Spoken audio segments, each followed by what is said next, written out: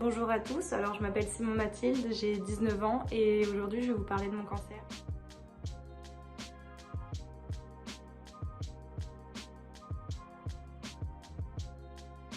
Ma perte de cheveux, je l'ai extrêmement bien vécue, c'était assez... j'étais délivrée d'un poids parce qu'avant j'avais les cheveux vraiment très longs et très épais et très lisses. Du coup, j'osais pas forcément me les couper à l'époque. Et du coup, là, de devoir les couper, c'était assez une délivrance. Du coup, tous les lundis, genre, je me coupais les cheveux, c'est-à-dire que au départ, je m'avais juste fait un carré long, comme là actuellement ma repousse, et j'avais tout enlevé ici, la partie ici de cheveux, c'est-à-dire que j'étais rasée un blanc tout derrière là, et ça se voyait pas, mais au moins je pouvais déjà être habituée à la sensation de mon crâne. Après, petit à petit, je coupais jusqu'à faire une coupe de garçonne et trucs du genre, quoi. Du coup, j'ai pas du tout mal vécu ma perte de cheveux, au contraire, j'ai trop bien aimé mon crâne. Donc ça, c'est cool, mais c'est surtout le après, du coup, la repousse de mes cheveux, c'était énormément compliqué. Parce que des fois, t'avais juste genre 3 cm de cheveux, tu savais pas quoi en faire.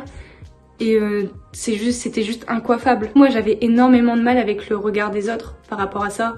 Parce que c'est-à-dire que je sortais jamais si j'avais pas une capuche, un chapeau ou un bonnet, ou alors un serre-tête pour bien les mettre en arrière. Et puis comme ça, quand je mets mon bonnet, ça se voit pas.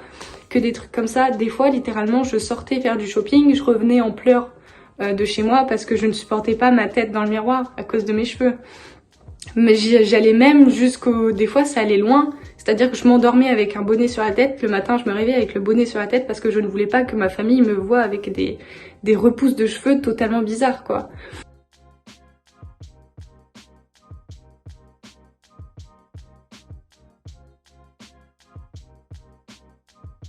Oui, j'ai bénéficié d'une aide financière, la sécurité sociale. D'ailleurs, merci la France, hein.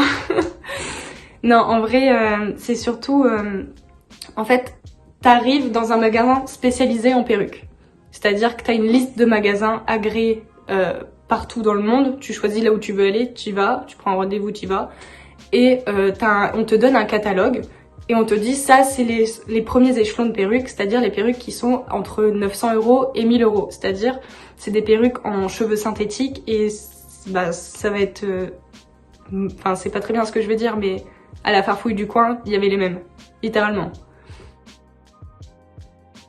C'était juste insupportable que quelque chose comme ça ne soit pas remboursé totalement par la sécurité sociale.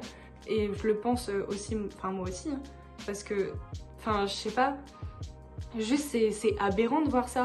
C'est juste aberrant parce que, en fait, tu veux retrouver une esthétique de ton corps, de tes cheveux et tout ça, alors que t'es malade et tu peux... Je trouve ça formidable. Littéralement, franchement, c'est juste ouf. J'aimerais tellement donner moi aussi, mais sauf que là, j'essaye un peu avoir de la matière, si je puis dire. Et mais sinon, ouais, c'est incroyable. Malgré que je pense qu'il y en a pas assez, il y a pas assez de gens qui font le pas. Que les perruques pour ceux qui n'ont pas les moyens de s'en acheter soient gratuits. Donc voilà. Voilà, au revoir.